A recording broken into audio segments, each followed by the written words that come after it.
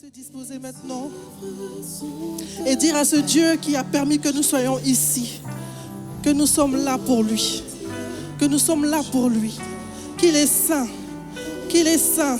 Encore une fois, Seigneur, il n'y a même pas de mots pour exprimer ce que nous avons dans notre cœur ce soir. Nous voulons te rendre toute la gloire. Nous voulons t'inviter maintenant. Nous voulons que tu sois là, que tu disposes toutes choses, que tu conduises toutes choses. Toi qui as mis ce projet dans le cœur de ton serviteur et tu nous as amenés de gauche à droite en ce lieu. Nous voulons te dire que tes œuvres sont parfaites. Et ces œuvres que nous sommes en train de faire, nous savons que tu es là. Nous savons que tu es présent. Nous savons que tu vas te manifester. Encore Saint, Saint, Saint, ô Éternel. Nous crions que tu es saint. Nous nous assemblons avec ces 24 vieillards et nous disons que tu es saint Jésus. Tu es saint Jésus. Il n'y avait personne qui pouvait ouvrir ce livre avec ces 7 sceaux. Mais tu t'es donné, tu t'es levé et tu as pris ce livre et tu as déchiré. Et tu es venu sur cette terre, là où personne ne pouvait venir. Même les anges ne pouvaient pas venir. Mais toi, tu es venu te donner pour que nous, on soit sauvés aujourd'hui. Il y a de cela plus de 2000 ans. Mais aujourd'hui, nous continuons de proclamer ton nom. Nous continuons de dire que tu es Dieu. Nous continuons de dire que tu es magnifique. Et ce n'est pas parce que tu n'as pas fait, ce n'est pas parce que tu n'as pas agi dans nos vies selon nos convictions que nous allons nous taire. Nous allons dire que tu es Dieu. Nous disons que tu es Dieu. Quel que soit ce qui arrivera dans ma vie, je ne cesserai de dire que tu es Dieu. Tu es Dieu. Les promesses importent peu. Les promesses importent peu. Mais c'est ce que tu es. Tu es El Shaddai. Tu es l'agneau qui s'est donné pour moi. Gloire te soit rendue, Jésus. Alléluia. Merci, Seigneur. On acclame le Seigneur. On va acclamer le Seigneur. Alléluia. Je vous salue tous dans le précieux nom de notre Seigneur Jésus. Je suis la sœur Elena et je suis vraiment content de voir mes frères et sœurs ici présents à ce rendez-vous et d'intimité avec Dieu. Alléluia. Je veux vraiment bénir le nom du Seigneur parce que c'est une grâce de se tenir en sa présence. Alléluia. Ce n'est pas partout que le Seigneur se manifeste. Et si Dieu est là et qu'il te demande de venir à son œuvre, à son service, c'est un privilège. Alléluia. Donc on doit rendre gloire au Seigneur pour ce qu'on est en train de faire. Alléluia. Si on croit fortement qu'il est là, il est là. Parce que sa parole le dit. C'est pas un Dieu qui ment. Il a dit, là où 2 ou 3 sont rassemblés en mon nom, je serai là. Donc je crois fortement qu'il est là. Et je sais que le Seigneur va faire de grandes choses. Il va parler à nos cœurs, il va parler à nos âmes, il va parler à nos vies, il va nous transformer, il va nous remplir, il va descendre son onction sur chacun d'entre nous. Alléluia. Nous allons maintenant passer à un petit moment de prière pour préparer ce moment, pour préparer l'atmosphère, pour préparer nos terres, nos cœurs, à recevoir tout ce que ces hommes de Dieu ont à nous donner. Aujourd'hui, nous sommes le 20 décembre. On est à 11 jours, on va dire même 10, si on ne compte pas ce jour, puisqu'on est déjà en fin de journée de 2025. Et le Seigneur a fait tellement de choses. Donc, nous allons d'abord commencer par lui dire merci. Nous allons ensemble élever la voix et lui dire merci. Parce que depuis le 1er janvier 2024 jusqu'à ce jour, il a été avec nous. Il nous a donné le souffle de vie. Il nous a donné la santé. Il nous a donné à manger. On n'a même pu aller aux toilettes. C'est quelque chose qu'on pense que c'est simple. Mais si vous partez dans les hôpitaux, il y a des personnes qui ont des sondes qui ne peuvent même pas se libérer. Alléluia. Mais toi, même pour aller uriner, le Seigneur te fait grâce. Il y a des gens qui ont des vessies qui ne travaillent pas. Il y a des reins qui ne travaillent pas. Ils sont à la recherche de ces organes. Mais toi, tu as tous eu ces organes jusqu'au 20 décembre. Et c'est une grâce. Donc on va élever la voix et lui dire merci. Éternel, nous voulons te dire merci. Merci pour ces moments. Merci, pour cette année que tu nous as donnée. 2024 a été une année très, très mouvementée. Je ne peux pas dire dure, mais elle a été spéciale. Mais même dans ces moments difficiles, je bénis ton nom, Seigneur. Il y a des personnes qui sont parties. Il y a eu des catastrophes. Il y a eu des mauvaises nouvelles. Mais nous te rendons toute la gloire parce que toute chose concourt à notre bien. Je te dis merci pour la santé que tu m'as donnée. La santé de mon couple, de mon mari, la santé de mes enfants. la santé même dans mon travail. Mon directeur n'a pas eu une maladie grave. Il n'a pas eu des accidents mortels. Mes collègues se sont bien portés. Même pour l'ennemi qui s'est levé dans le noir, je te dis merci. Merci pour sa vie. Je te dis merci pour mon frère et ma soeur ici assemblés. Je te dis merci pour tous ceux qui sont ici. Seigneur, je te rends toute la gloire pour la Côte d'Ivoire. Je te rends toute la gloire pour le gouvernement. Je te rends toute la gloire même pour la terre entière. On pouvait se lever et puis attendre des catastrophes plus graves que ce que nous avons entendu. Mais ta main a été avec nous. Et tu n'as pas enlevé l'église. L'église est encore là. Et nous voulons te dire merci pour cela. Merci pour ta grâce. Merci pour tous ces petits détails que nous ne pouvons pas citer. Tu es Dieu. Tu es l'alpha. Tu es l'oméga. Tu es El Shaddai. Tu es Jéhovah Jireh. Tu es tout. Tu es tout. Il n'y a pas de mots pour exprimer qui tu es. Et je veux te dire merci pour cela. Merci pour ta seigneurie. Merci d'être Dieu. Merci d'être un père. Merci d'être une mère. Merci d'être un enfant. Merci d'être tout ce dont nous manquons. Nous te disons merci encore, Jésus. Que la gloire te revienne. Alléluia. Lorsque je préparais ce moment de prière, le Seigneur m'a envoyé dans le livre de Marc 6. Peut-être que vous allez prendre note et lire après, puisqu'on n'a pas assez de temps. Dans Marc 6, à partir du verset 1 jusqu'au verset 5. Pour ceux qui connaissent peut-être cette parabole, Jésus qui était retourné à Nazareth, dans sa ville natale. Et lorsqu'il est arrivé, il a commencé à faire son ministère. Il a commencé à évangéliser. Il a commencé à parler de Dieu, des bontés du Seigneur. Il a commencé à guérir des malades. Et tous ceux qui avaient l'habitude de le voir quand il était plus jeune ont commencé à murmurer. Les gens ont commencé à dire, mais c'est pas le fils de Marie et de Joseph, le charpentier? Est-ce que c'est pas lui qu'on voyait ici? Mais qui lui a donné toute cette sagesse? D'où lui vient toute cette sagesse? Je paraphrase un peu. Mais comment il fait pour faire tous ces miracles? Et ils ont commencé à dédaigner la grâce de Dieu qui était sur sa vie. Et Jésus a pris la parole et il a dit qu'un prophète n'est pas apprécié dans sa propre vie natale. Et quand je lisais ce verset, je ne comprenais pas. Je dis, ah Seigneur, on vient pour parler de promesses. Mais là, tu m'envoies dans quelque chose qui est différent. Qu'est-ce que tu veux dire? Et le Seigneur m'a fait la grâce et il me faisait comprendre que souvent, c'est le lieu là où on est qui fait qu'on n'atteint pas les miracles. Alléluia. Parce que Jésus était dans un lieu comme on avait dit, d'habitude. C'est-à-dire les gens avaient l'habitude de le voir. Les personnes l'ont vu grandir. Les personnes l'ont vu se développer. Si on veut mettre cette histoire à la nôtre, certainement que si tu vas aujourd'hui chez ta mère, ou tu vas chez ton frère, ou chez ta grande sœur, ou quelqu'un de ta famille, et que tu lui parles de Jésus, et que la personne peut-être te dit qu'elle a un mal de tête et qu'elle ne croit pas en Dieu, et que tu lui parles de Jésus et que tu veux lui imposer les mains et tu pries, la première réaction, elle va rire. Pourquoi? Parce qu'elle te connaît. Elle connaît ta nature. Elle connaît qui tu es. Elle connaît tes défauts. Elle connaît ta forme. Elle connaît pratiquement tout. Mais peut-être qu'elle ne sait pas que tu as une intimité puissante avec Dieu. Alléluia.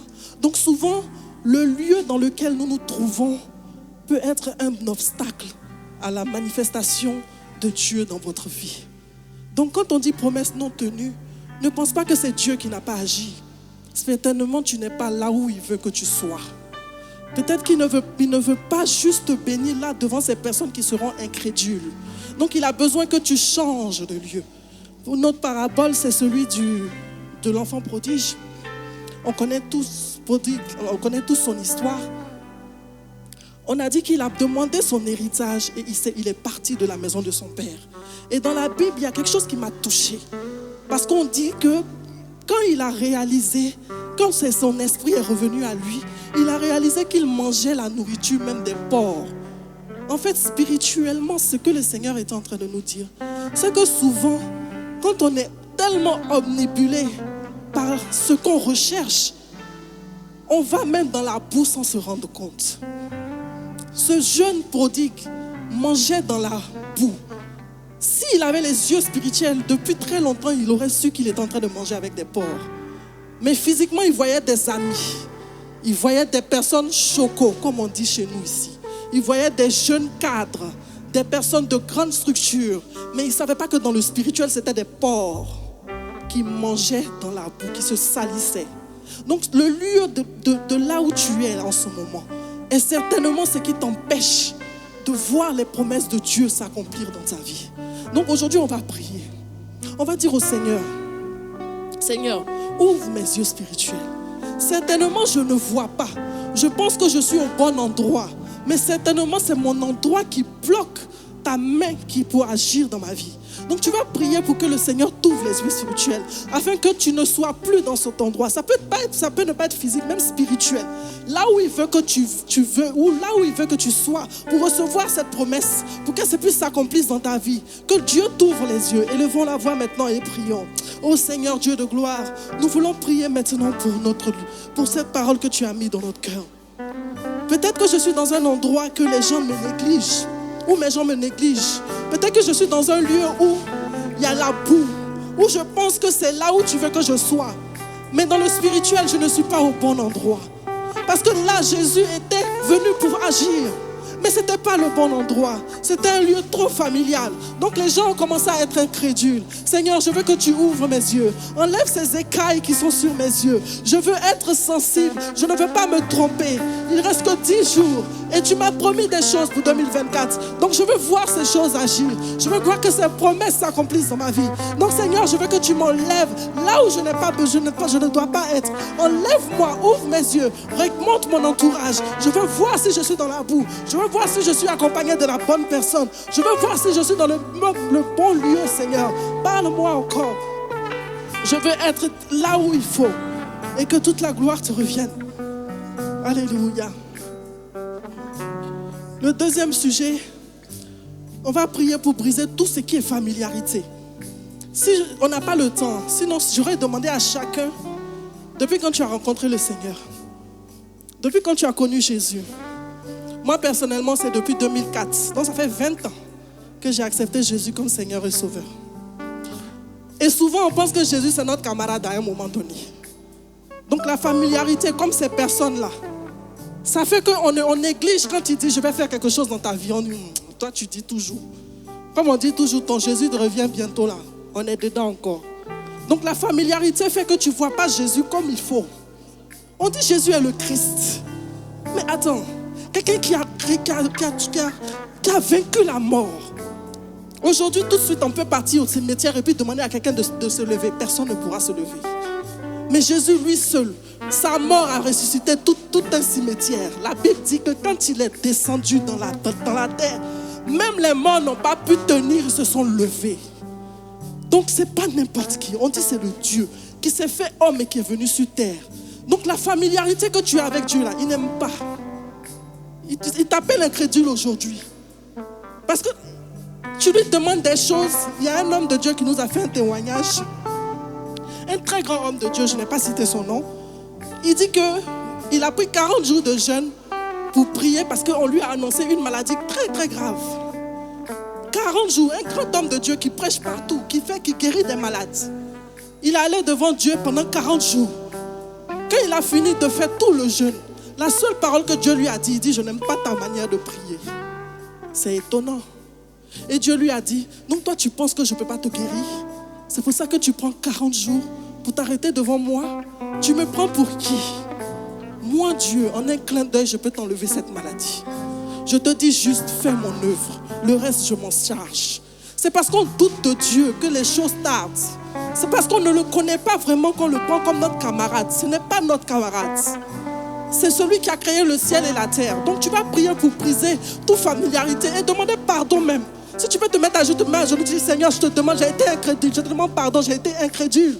Je pensais que tu étais un pasteur ou un prophète comme ça. C'est pour ça que toutes ces choses, je te demande et puis je ne crois pas. Normalement, quand je viens et puis je te demande, ça agit. Parce que tu es un Dieu qui ne ment pas. Alléluia. Donc élève la voix et parle à ton Dieu maintenant, Seigneur. Seigneur, nous te demandons pardon pour cette familiarité qui est rentrée en toi et moi. Je te demande pardon pour cette familiarité qui est rentrée en toi et moi. Parce que c'est parce que je te vois comme n'importe quel autre faux Dieu que je pense que je ne peux pas agir dans ma vie. Seigneur, je te demande pardon ce soir. Au nom de Jésus, je te demande, au nom de toutes ces personnes dans ce lieu, je te demande pardon, Seigneur. Nous ne voulons pas être des incrédules devant toi, Jésus. Nous voulons te voir comme tu es. Tu es le Christ. Tu es le Je suis. Tu es le Jéhovah. Tu es le Yahweh. C'est toi qui as créé le ciel et la terre. Au commencement, tu étais là. Tu es la parole de Dieu. Tu es là, tu es Dieu fait chair. Et tu as fait de grandes choses. Donc ce n'est pas mon manque de foi qui va te changer aujourd'hui. Je crois fortement que tu n'es pas un Dieu qui ment. Tu tiens tes promesses. Quand tu dis, tu agis. Seigneur, je te demande pardon pour cette incrédulité. Je te demande pardon pour ce manque de foi. Je te demande pardon pour ces doutes. Je te demande pardon pour ces murmures. Je crois fortement que tu agiras. Je sais que tu le feras. Même avant que ma bouche ne parle, tu sais déjà ce qui est dans mon cœur. Seigneur, je crois fortement en cela. Je te demande pardon. Nous te demandons pardon, Jésus.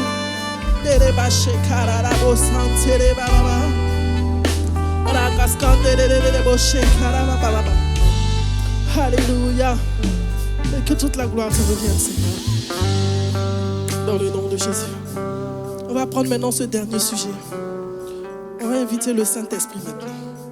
Afin que le ciel soit ouvert. Que rien ne nous empêche de voir Dieu aujourd'hui. Moi, je veux aller à une dimension où Jean était assis et puis le ciel s'ouvre et puis il voit Jésus assis à la droite du Père. Oui. Si lui, Jean, il a vu, moi aussi je peux le voir. Donc je veux que le Saint-Esprit vraiment remplisse ce lieu. Nous sommes prêts maintenant, nous sommes prêts.